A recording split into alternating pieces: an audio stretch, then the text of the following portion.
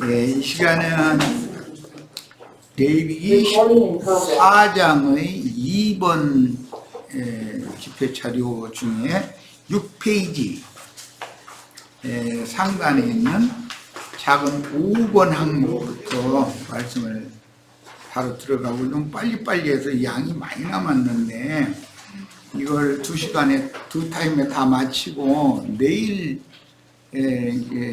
내일은 집회를 8시면 좀 늦은 것 같아서 한 7시 40분 늦어도 그때 집회를 시작을 해서 빨리 마치고 아침 식사들 하고서 출발해야 되니까 그렇게 할 겁니다.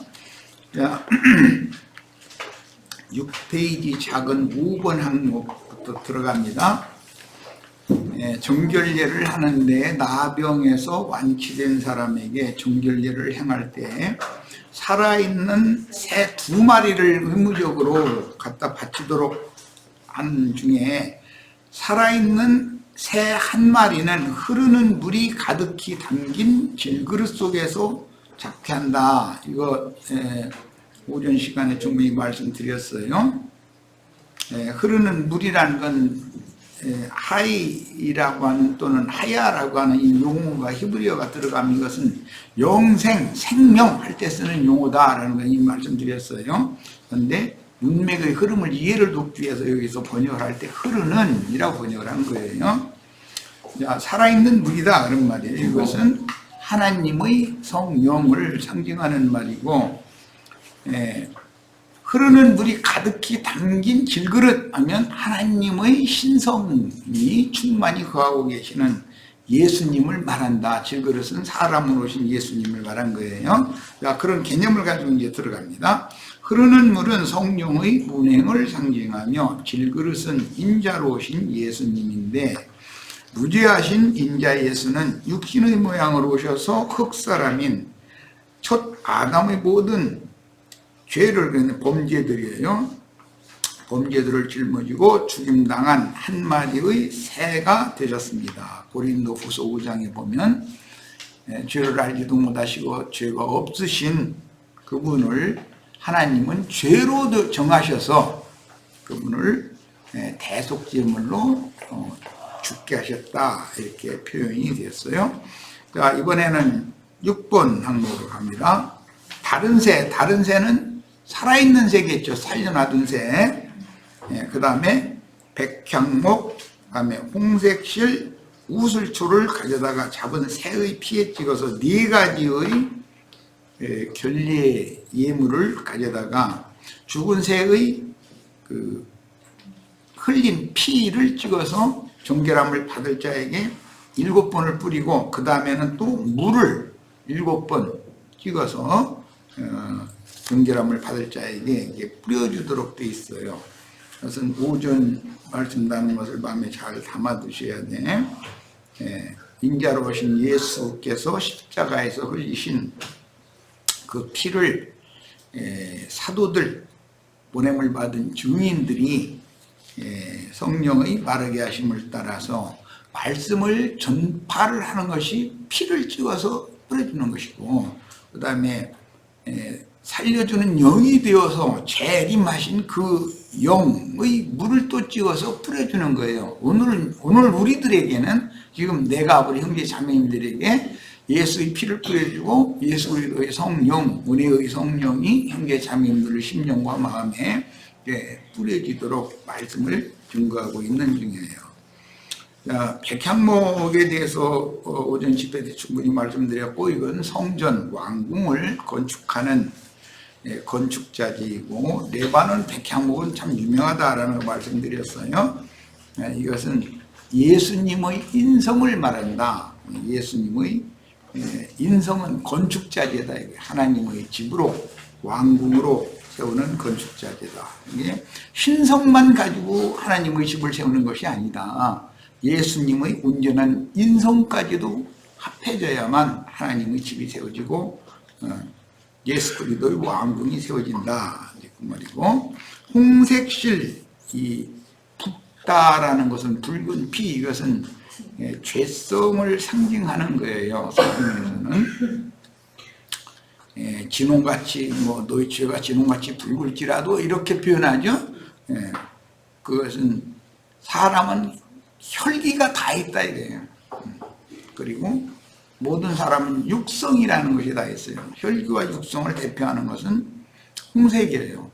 그런데 이건 이제 피의 색깔이죠, 주로. 그런데 실이라고 할 때는 생명주를 상징하는 말이기 때문에 예수 그리스도의 구속의 피로 물들인 실이란 말이에요. 그런데 이 실은 끊어지지가 않는 실이고, 흙에서 지음을 받은 사람 속에 코에 생기를 불어넣어서 산 혼이 되게 해주셨는데, 그 생명은, 그 생명줄은 끊어지게 돼 있다. 오전 시간에 충분히 말씀드렸어요. 그 다음에 왜? 그 다음에 우슬초가 있어요. 우슬초도 충분히 말씀드렸어요. 우슬초는 특징이 이게 한자인데, 소라는 뜻의 우자와 슬이라는 건 무릎이라는 뜻이에요. 쇠무릎이라는 용어예요. 우슬이라는 말은. 그런데 풀이라는 것은 인성을 말하는 거예요. 항상. 그래서 예수님은 하나님의 종으로 오셨다 이거예요. 소로 오셨는데 예수님의 뼘마디가 시편 22편에 보면 나의 혀가 입천장에 이렇게 달라붙고 나의 모든 뼈가 어그러졌나이다. 바산의 황소들이 나를 치받고 그 볼리각한 목자들인 그 악한 개들이 들개들이 막 사방에서 물어뜯고 그런 내용이 나와요. 그런데 예수님의 모든 뼈를 이루는 것은 인자 예수의 뼈는 하나의 표상이고 주님의 새 몸된 교회의 뼈대가 먼저 세워져야 된다. 사도와 선지자와 복음 전하는 자와 목자와 교사들이 뼈대들이죠. 그 뼈대들이 먼저 이렇게 세워지고 나서 이제 살을 붙이는 거예요, 거기다. 그게 에스겔서에서 이 말씀이 인용이 돼서 선지자가 해석을 할 때는 바벨론에 사로잡혀간 하나님의 백성들의 왕족, 제사장족, 선지자들이 다 그게 마른 뼈다구들이단 말이에요. 그 마른 뼈다구들이 무질서하게 막 나둥그는 거예요. 이렇게. 그런데 때가 찼을 때 하나님의 종인 에스겔 선지자에게 대언을 하게 하니까 에스겔 선지자가 대언을 하니까 뼈 마디들이 해골, 머리이신 그리스도의 그 요셉의 해골을 메고 나오는 거 아주 유명하죠. 예수님이 십자가에 못 박히신 곳이 해골이라고 하는 골고다라고 하는 그곳에 가서 못을 박히는 거예요. 그게 다 모든 성경에 연관성이 있다는 걸 알 수 있어요.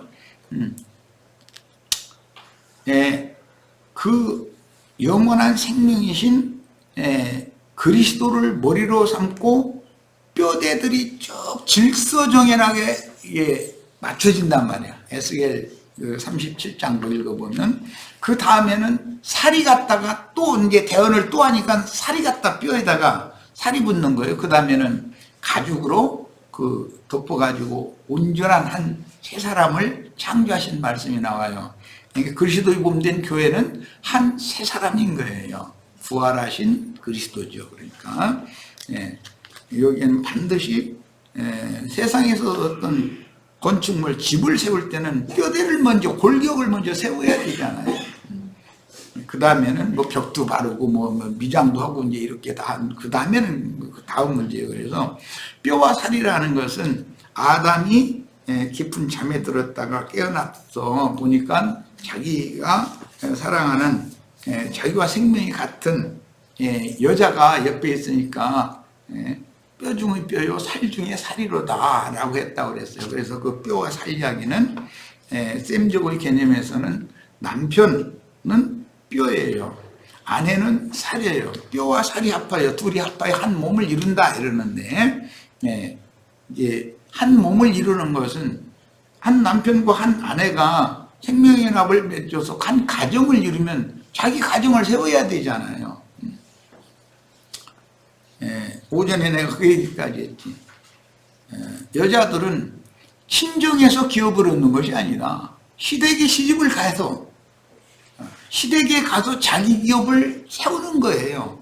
그런 것이 셈족의 문화 개념이단 말이에요. 이걸 잘 이해하셔야 돼. 그러면 우리가 친정인 세상에 있는 교회에서 영생할 수 있는 것이 아니고 우리는 어차피 거룩한 성 새 예루살렘 그 하나님의 아들 예수 그리스도 그분에게 시집을 가야 된단 말이에요. 시집을 가서 영원한 우리의 기업을 세우는 거예요. 이것이 성경 이야기입니다.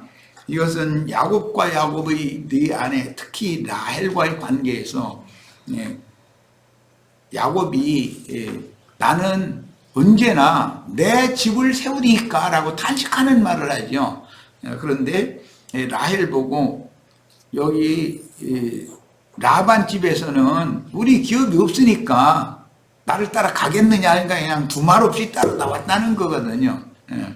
이게 결혼할 때는 어떤 좋은 남자가 눈에 띄었으면 남편 따라서 두말 없이 친정 떠나야 되는 것이 친정에 너무 안 되죠. 친정에는 올케가 돌아가지고 자기 기업을 세울 곳이지 거기가 자기 기업이 세워지는 곳이 아니거든요. 이게 성경의 개념이 셈족들의 문화단 말이에요. 이것이. 자, 그 다음에 7번 항목으로 갑니다. 한 마리의 산새를 들에 놓아주라 이렇게 되어 있죠. 이것은 살아계신 그리스도께서 정결함을 받은 죄인 되었던 자를 죽음, 장사, 부활뿐만 아니라 성천을 체험하도록 영의 참 자유를 주어 오전 집회 때 영적인 참 자유자가 된다는 것이 얼마나 중요한가를 내가 강조해서 말씀을 드렸었어요. 이것은 범죄를 했을지라도 예를 들은 거예요. 범죄를 했을지라도 하나님이 용서를 해주셨으면 하나님이 나를 의롭다고 한번 딱 용서를 해주셨다는 것이 믿어졌으면 그 무엇도 나를 정죄할 수 없어요. 그러니까 마귀가 와서 참소를 하고 정죄를 해도 이 믿음이 있어야만 사탄의 참소를 이길 수 있단 말이에요. 이기는 자라는 것은 내가 잘못을 저지른 거에 대해서 사탄이 사실조사를 해서 광포하고 공개를 하고 떠들고 정죄를 해도 믿음이 있어야만 참소를 받지 않는단 말이에요. 그러면 참 자유자가 되는 거예요. 이게 믿음의 능력인 거예요. 이게. 이 말씀에 대해서는 이 복음의 기초이기 때문에 마음에 잘들 담아두시고 누가 진리에 대해서 당신들은 뭘 가르치고 뭘 가르침 받았느냐라고 할 때는 이런 아주 초보적인 기초적인 이 진리를 잘 전할 수가 있으셔야 되겠어요. 자, 한 마리의 놓아준 새라는 것은 그 영이 되신 주님은 지금 우리가 광야교회 들판에 이렇게 헤매고 있는 이런 게 광야교회인데 여기에 주님이 함께 하신다. 영이 그리스도 영이 이걸 말한 거예요. 인자 예수의 영은 죽어서 아담의 그 대제사장 직분을 실현하는 아론 반차의 직분을 행했어요. 아론 대제사장은 죽어야 되잖아요. 그러나 살려준 영이 되신 대제사장은 영원한 성령으로 말미암는 멜기세덱 반차의 대제사장으로 오늘 이런 말씀을 듣고 심령의 은혜가 임한 은혜의 성령으로 임하셔서 형제 자매님들과 영원토록 이제 부부 관계니까 영원토록 헤어지지 않고 영생을 누려야 되는 거예요.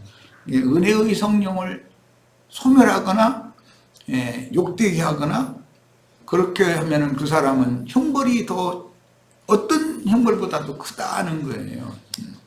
남편이 애써 사랑해서 결혼했고 그랬는데 아내가 세상 말로 배신 때리고 뭐 신발을 뭐 거꾸로 신는데나 뭐 만약에 그러면은 가만 안 놔두죠.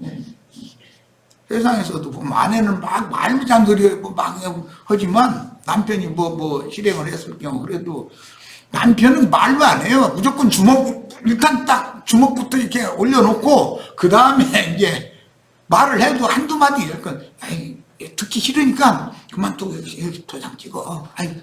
이런저런 얘기 하지 마. 딱 그래버리죠, 남자는. 근데 막 여자는 많은 말을 하려고 이게 특징이지. 그 오전에 내가 그래서 남편은 뼈대니까 그 뼈 저기 막 부러뜨리려고 애쓰시지 말고 또 그거 저기 그 뭐야 우려 먹는다고 뼈 국물 우려 먹는다고 골수 이거 이게 다 국물 내서 먹으려고 그렇게 하면은 나 자신을 무너뜨리는 거다. 내가 충분히 말씀드렸어요. 자, 그 다음에 8번 항목입니다. 정결함을 받은 문둥병자가 그 옷을 빨고 모든 털을 밀고 물로 몸을 씻어야 한다. 그래서 옷을 빠는 건 행위를 바꾸는 걸 말하는 거예요. 그 다음에 모든 털을 민다. 털을 2번 밀어요. 제 7일 동안 이스라엘 진영에 들어온 허락을 받은 날 첫날 털을 한 번 밀고 7째 날 다시 털을 미는 거예요. 그거에 대해서 내가 어제 충분히 말씀드렸어요. 세속교계에서 생활하다가 하늘에 기록한 장자들의 종의 교회로 들어오는 첫날 털을 밀어야 되는 거예요. 그것은 세상적인 모든 육적 생명, 옛 생명을 제거해야 된다는 거예요. 교회 생활이라는, 회복된 교회 생활이라는 것은 새 생명 가운데서 행하는 것이다. 그래서 털을 싹 밀어버리고 새 털이 자라야 되는 거예요. 그런데 교회 생활을 하는 동안은 여전히 혈과 육의 몸을 입고 있으면서 신앙생활을 했기 때문에 마지막 7일째 되는 날을 온몸의 모든 털을 다시 밀어라라는 것은 여전히 혈과 육의 생명이 여전히 섞여 있는 것은 혈과 육은 하나님 나라를 유업으로 받을 수 없기 때문에 이제는 다시는 육적인 털이 자라지 않는 완전한 새 세계로 들어가기 위해서 준비를 해라 그런 말이란 말이에요. 그 털에 대해서는 예서는 털이 많은 사람이었죠. 야곱은 매끈매끈한 사람이라고 그랬어요. 그러니까 예수님은 매끈매끈한 사람이고 유대교 대제사장머리는 털이 많은 사람이겠죠. 그런 예표상으로는 구약시대의 하나님 말씀을 맡은 종들은 부정한 털옷을 입어요. 선지자라고 해서 이제 쭉 그런 규례에 따라서 엘리야의 영과 능력으로 보냄을 받은 침례자 요한이 약대 털로 옷을 입었었죠. 짐승 가죽으로 옷을 입은 것은 예기적인 구속이지 완전한 옷이 아니다 이거예요. 우리는 희고 고운 세맛 옷을 입어야지 털옷을 입으면 안 되죠. 율법에는 털옷을 입어가지고 내 앞에서 땀을 보이지 말아라 이랬어요. 그게 창세기 시작에서는 짐승 잡아가지고 가죽옷으로 이렇게 입혀줬잖아요. 그럼 털옷 입혀줬다는 뜻이에요. 그런 것은 완전한 구속이 아니다 이거예요. 예수 그리스도의 구속을 완전하게 받으면 이제 무화과나무 대신 털옷을 입었지만 털옷 대신 이제는 희고 고운 세마포 빛의 옷으로 또 갈아입히는 얘기가 성경 이야기다. 이걸 잘 이해를 하셔야 되겠어요. 자, 그 다음에 나병이 전신에 퍼졌고 희년이 이른 사람, 참 중요한 말씀이 나왔는데 희년이라는 것은 면제년, 안식년이 7년마다 한 번씩 돌아오기 때문에 그 면제년, 안식년을 7번 보낸 다음에 첫해 첫날을 보고 희년날이라고 그래요. 희년이라고 그래요. 그것을 50년마다 한 번씩 그런 희년이 오는 거죠. 희년은 특징이 뭐냐? 전토를 가난해져 가지고 땅을 팔았어.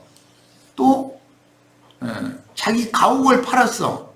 또 자식 새끼를 먹여 살리겠다고 자기 몸까지 중으로 팔려가서 뭐 세경 그 쌀 뭐 한두 gram 바꿔서 이렇게 팔려갔어. 그러면 도저히 못 갚어 이 사람이. 그러면 50년이 딱 차면은 값없이 다 무조건 물러줘야 되는 거예요. 집을 샀던 사람도 그 원주인에게 물러줘야 되고, 전토를 땅을 그 사람 그 땅을 산 사람도 물러줘야 되고, 그 사람을 중으로 부린 사람도 값없이 다 물러줘야 돼요. 자, 이런 것이 유대인들만이 행하는 아주 특별한 율법이에요.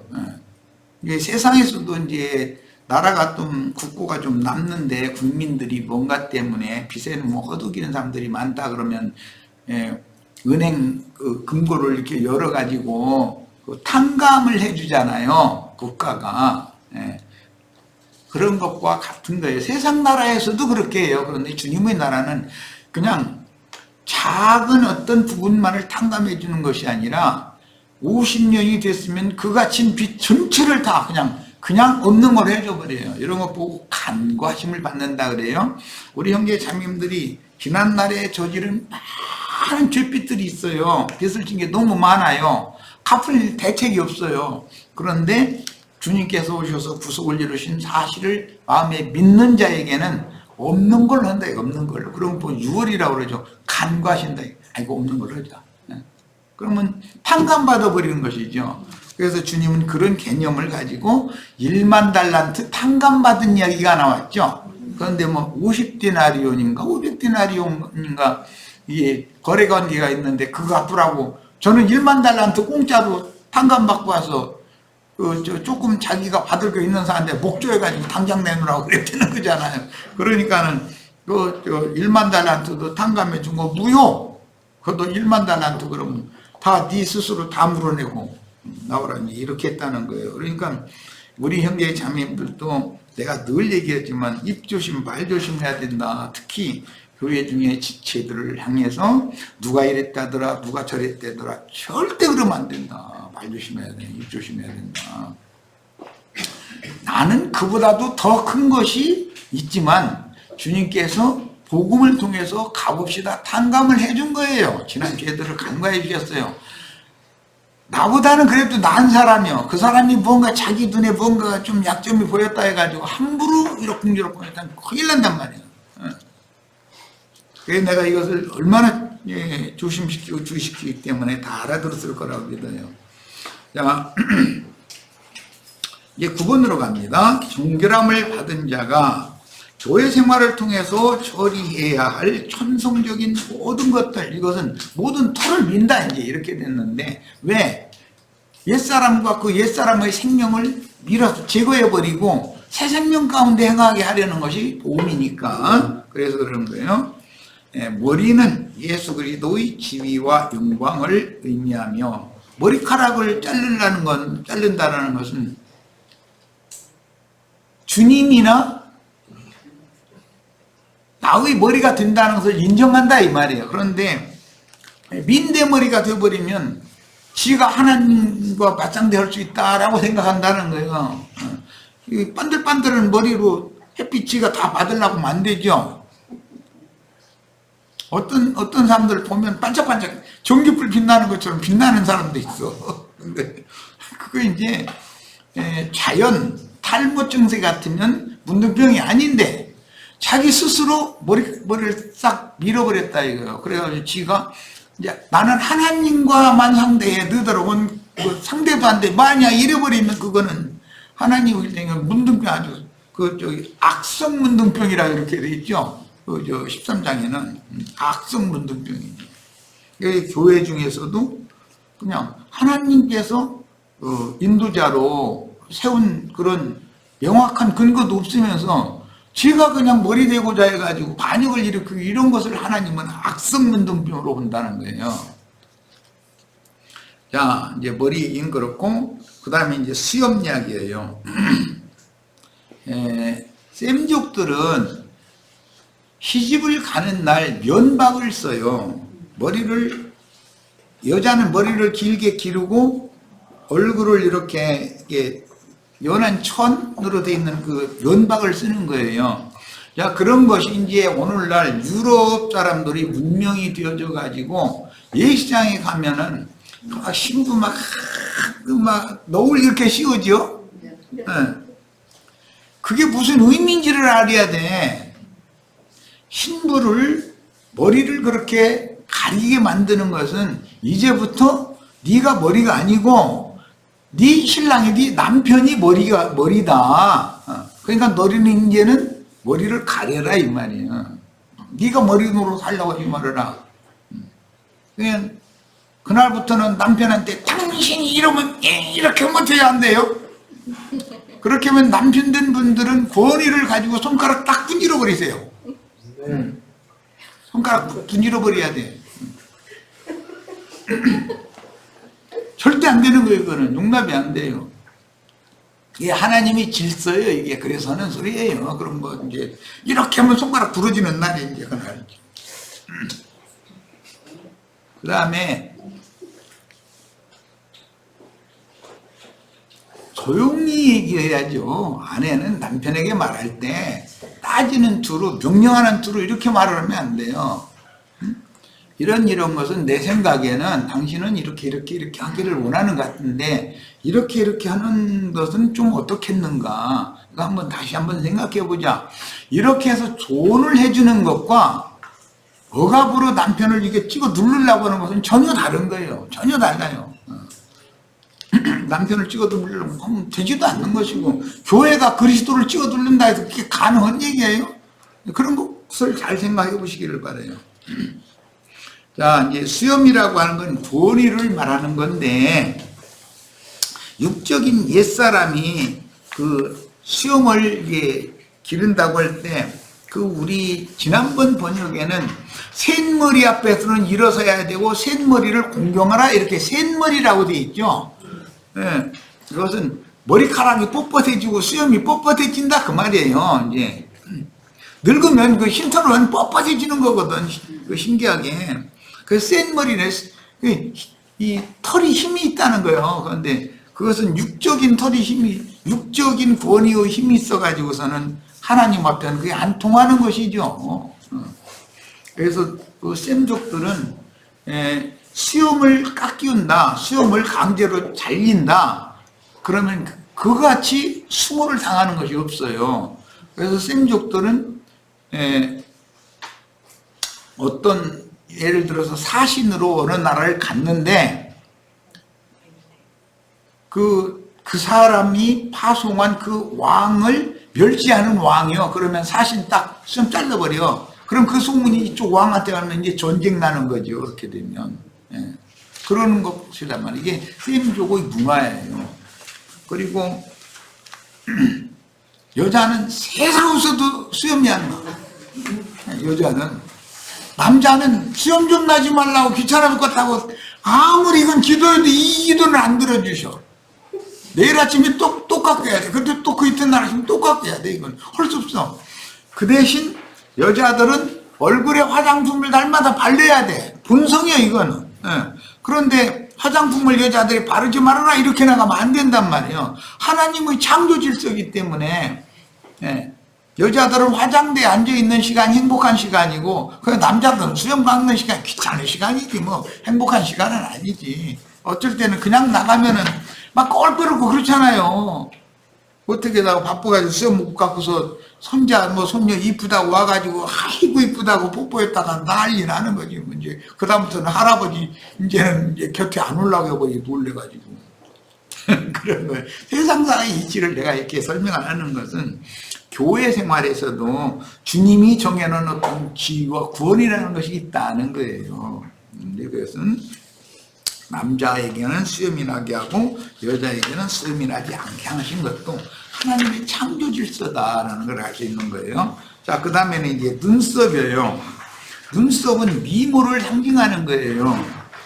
여기 자매님들 화장대에 앉으면은 눈썹 꼭 한번 이렇게 쓰다듬기라도 하고 뭐 이렇게 뭐 거기 눈썹 진하게 뭐 칠하고 그러죠.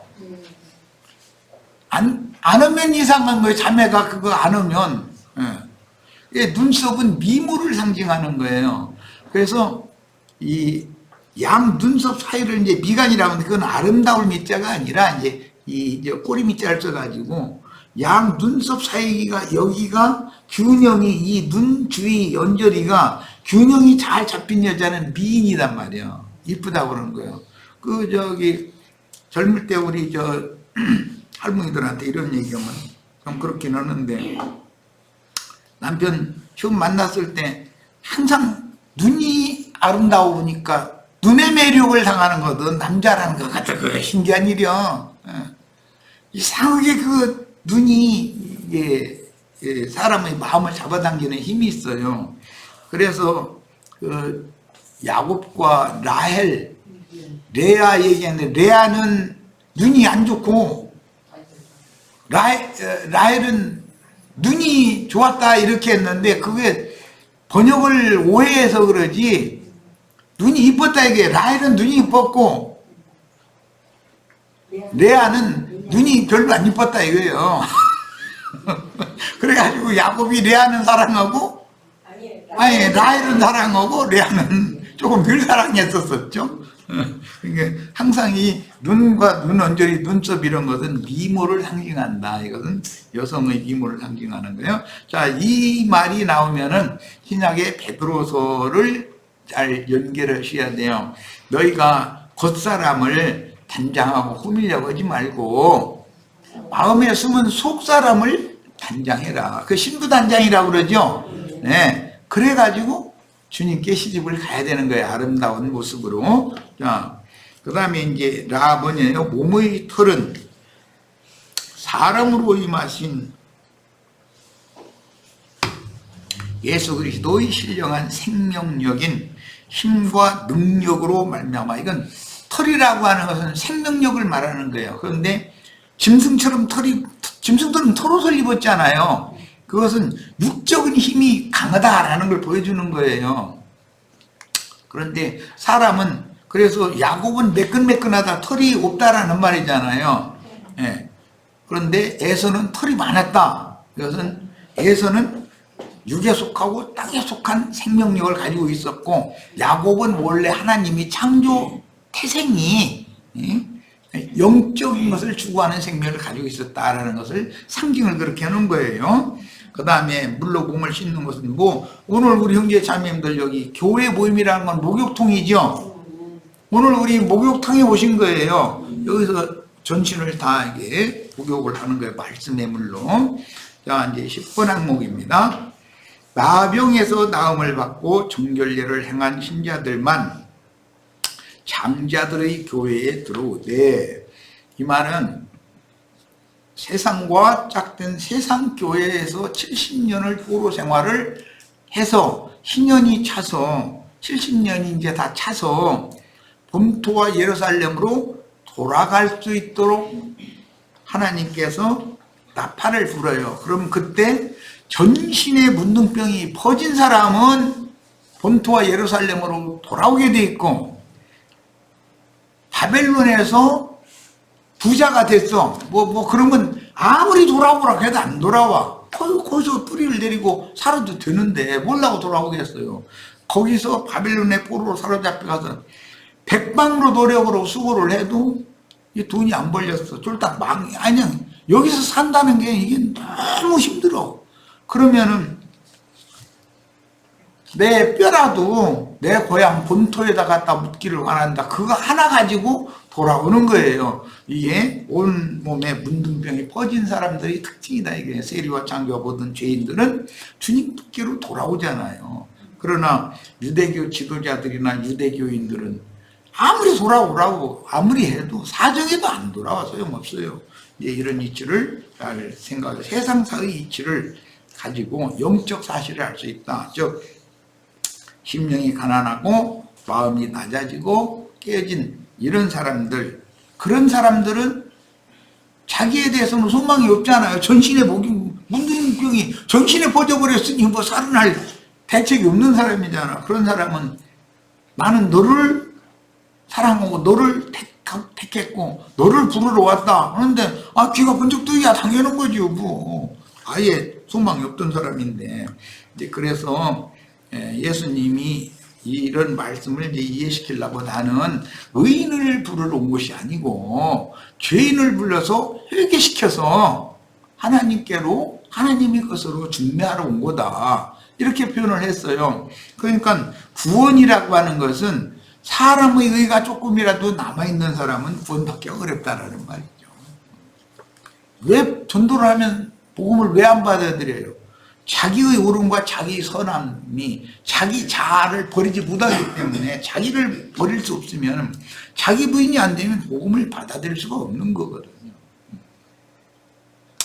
사람 속에 나병균이 장복하듯이 교회 중에서 으뜸이 되려는 야심이 완전히 제거되고 다시는 재발할 수 없도록 온전케 되기까지 계속 말씀과 기도로 처리를 받아 순수하고 거룩해진 후에 세상 끝날인 제7일을 맞아 기독교계에서 나온 첫날 온 몸의 털을 다 밀고 옷을 빨고 목욕을 했어요. 하늘에 기록한 장자들의 교회 생활로 신앙을 바꿨단 말이에요. 신앙 회복됐단 말이에요. 그 신앙 회복 과정에서 7일 동안 결례를 날마다 똑같은 결례를 반복하는 거예요. 7째 날 다시 온몸의 털을 또 밀어요. 그리고 제8일, 이건 이제 제8일 얘기는 오늘 이제 3번 자리해드렸는데, 제8일에는 속건제를 드리는 것이 목적인데, 속건제를 위한 제수를 가지고 속죄제와 번제를 드리고 소제를 드려서 마지막 제사를 하는 거예요. 이제 마지막, 이것은 우리가 이 생에서 이제 더 이상은 육신을 입고 살아있을 수가 없는 이제 제8일에는 완전히 자기의 장막에 들어간다 그랬는데, 아까 내가 처녀는 시집갈 준비 아름답게 단장을 해가지고 시댁으로 가야 나의 기업을 읽을 수 있는 것이지, 친정에서는 여자는 나의 기업이 없단 말이에요. 친정에는 올케가 들어와서 나의 오라비와 자기 기업을 거기서 이룰 거예요. 그러니까 우리가 이 세상교회라는 것은 친정이기 때문에 그런 원리를 셈족은 너무 철두철미하게 지켜요. 그래서 아브라함부터 부를 때 이삭, 야곱 전체 너의 본토 친척 아비집을 떠나라는 것이 첫 번째예요. 그럼 어디로 가라는 거예요? 예수님한테 가야 된다 이거예요. 땅에 속한 모든 미련, 땅에 속한 모든 거 다 떠나야 된다는 거예요. 그러니까 지지자들은 우리가 모든 것을 버리고 주를 쫓아 싸운죠. 우리에게 주실 상이 뭡니까? 이거 질문한 얘기 나오죠? 오늘 우리 형제 자매님들 가장 중요한 것은 예수님은 남편이고 우리는 신부의 그런 지위, 위치, 신분이기 때문에 우리들 보고 요구하는 건 남자든 여자든 요구하는 것은 교회에게 요구하는 바는 너는 너의 본토 친척 아비집을 떠나서 나에게로 와야 된다. 이것이 복음의 시작이에요. 이 말을 잘 이해하시길 바라요. 자, 사람 속에 나병균이 잠복하듯이 교회 중에서 으뜸이 되려는 야심이 완전히 제거되고 다시는 재발할 수 없도록 온전케 되기까지 계속 말씀과 기도로 처리를 받아. 이게 세상 교회에서 나왔다 해가지고 모든 게 다 된 게 아니잖아요. 여기에서는 뱀의 낯을 피하여 비밀스런 영과 생명의 말씀으로 양육을, 영적인 양육을 받아서 온전케 되는 거예요. 그래가지고 이제 마지막 날은 또 토를 밀고 그 다음에 이제 완전히 이제 옷을 벗어야 되니까 옛사람과 그 행위를 벗어야 되고 목욕을 해야 되는 거예요. 그리고 나서 제8일을 맞이해야 되는 거예요. 이것이 제8일은 당연히 시집가는 날이겠죠. 이것이 성경 레위기 14장에 나오는 말씀이에요. 그리고 함께 은혜를 입은 형제들과 한 영과 한 마음으로 교회 생활을 실행하면서 남은 일생을 마치기까지. 이 말씀이 제일 우리가 투명하게 이루어진 사람을 들려면 사울이 바울된 이야기 보면 알 수 있죠. 철저한 유대교인이었잖아요. 이 사람이 회개하고 돌이켜가지고 교회에 속한 그리스도의 종으로 이제 남은 인생을 완전히 드리는 거예요. 주님을 위해서.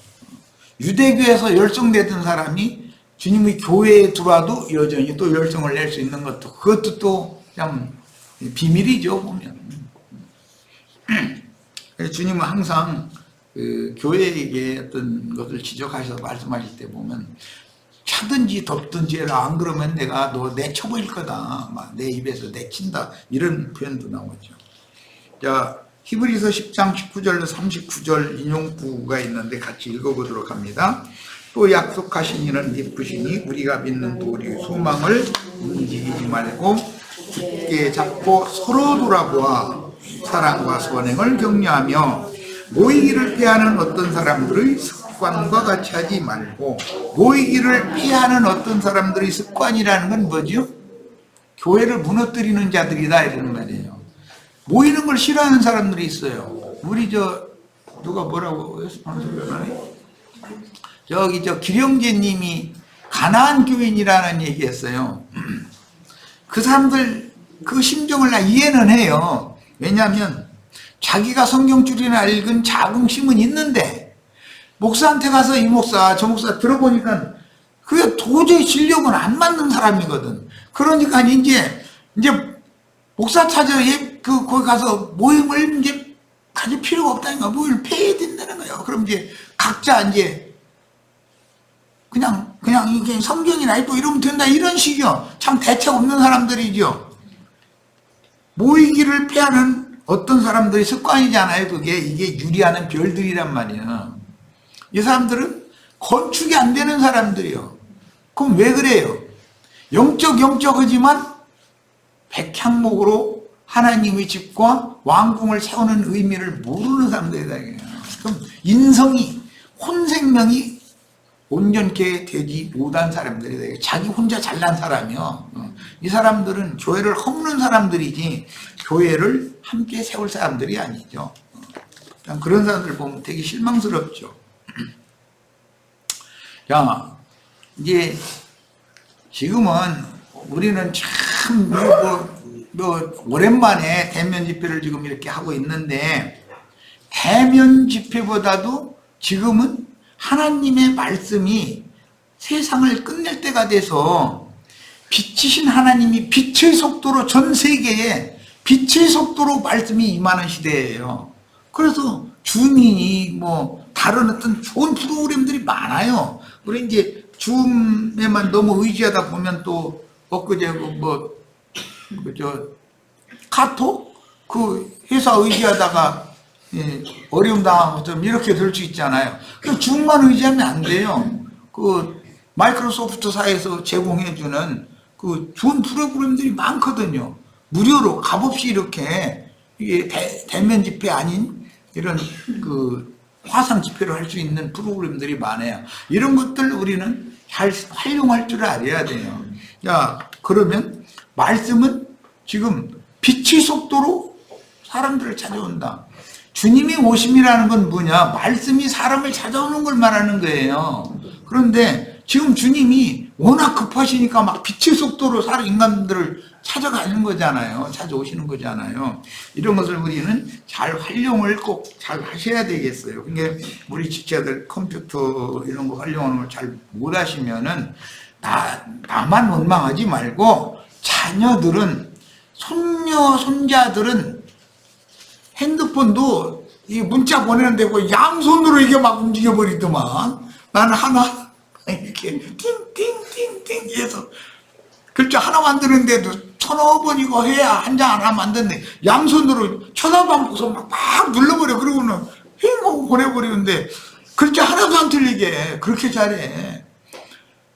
그런 아이들한테 물어보시면 돼요. 야, 저 값비싼 핸드폰 지금은 핸드폰이라고 안 해요. 오래전에는 이렇게 접었다 폈다 하는 거 왜 핸드폰이라고 그랬죠? 손으로 가지고 다니, 전화기 다니 그런 뜻으로 그렇게 말하는 거. 지금은 스마트폰이라고 그래요. 똑똑한 전화기다 이게요. 전화기가 스마트해야 좀.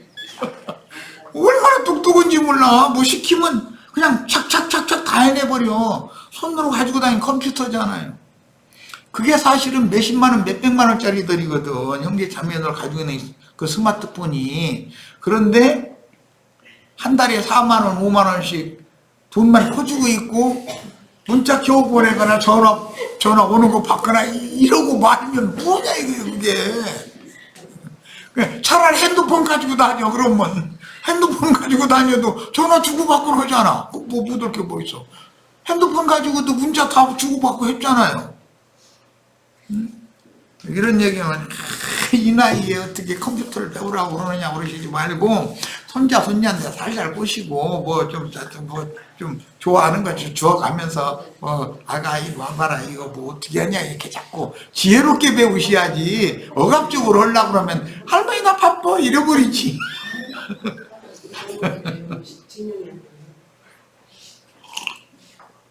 원래 그 스마트폰 값이 대부분 최소한 몇십만 원 가는 거예요.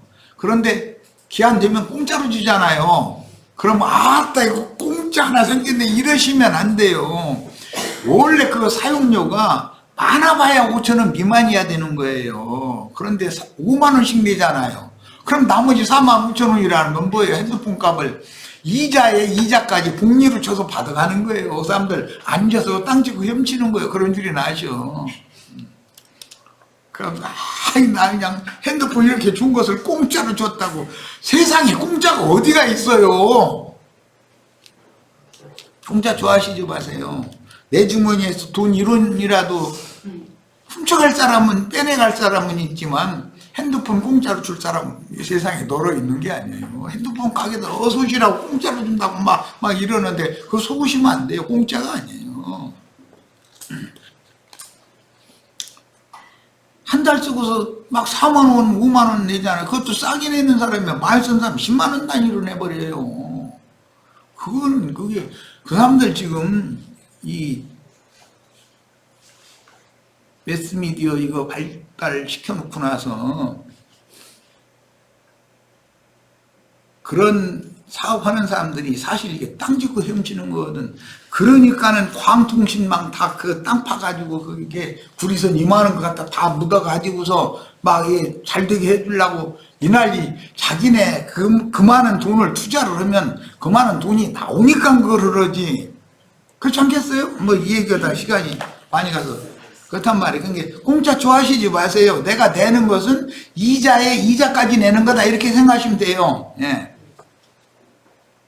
뭐 속지 말라고 그런 얘기 하는 거예요. 이제 컴퓨터를 배우셔야 돼. 가지고 다니는 컴퓨터를 당연히 배우셔야죠. 배우셔야 되는데 그거를 여기 활용을 잘 할 줄 모르면은 그 원리를 모르면 다 소용없는 거 아니야.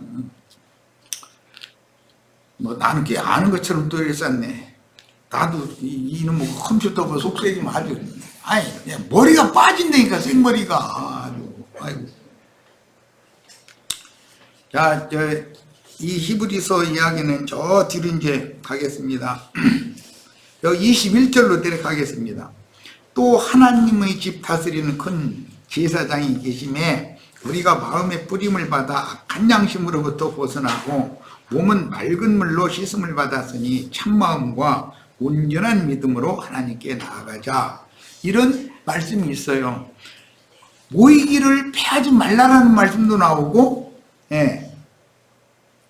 하나님의 집을 다스리는 큰 제사장이라는 것은 대제사장이라는 말은 이제 큰 제사장이라고 이렇게 이제 번역을 했는데, 영적인 대제사장이잖아요. 멜기세덱 반차에 따른 또 다른 보혜사가 멜기세덱 반차의 대제사장이에요.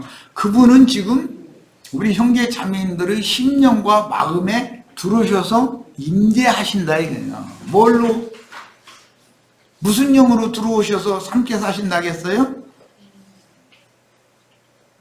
은혜의 성령으로 오셔야 된다고 그랬잖아요. 주님은 영이신데 진리의 영이고 생명의 영이에요. 진리의 영과 생명의 영을 무슨 영으로 가지고 오느냔 말이에요.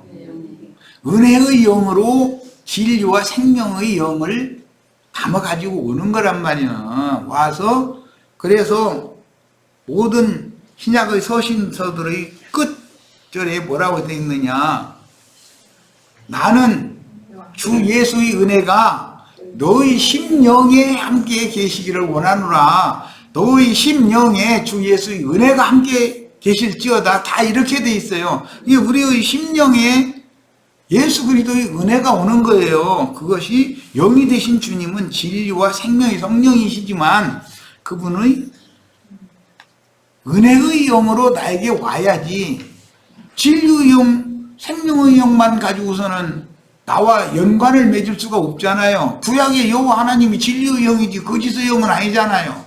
그런데 그분이 나의 심령에 오셔서 함께 임재하실 수는 없었잖아요. 지금 내가 뭔 말인지 아시겠죠? 네. 진리의 영이요 생명의 영이신 주님은 은혜의 성령으로 오늘 나에게 오셔서 나와 이제부터 영원토록 함께 계시는 거예요. 이것을 꼭 믿으셔야 되겠어요. 이 말이 확실해져야만 사람들을 만나면 전도를 잘할 수가 있기 때문에 이걸 지금 강조한 거예요. 지금 시간이 좀 지났죠? 자, 잠깐 쉬었다 가서 한 타임은 한 30분만 해야 되겠네. 네, 잠깐 쉬었다 하도록 합니다.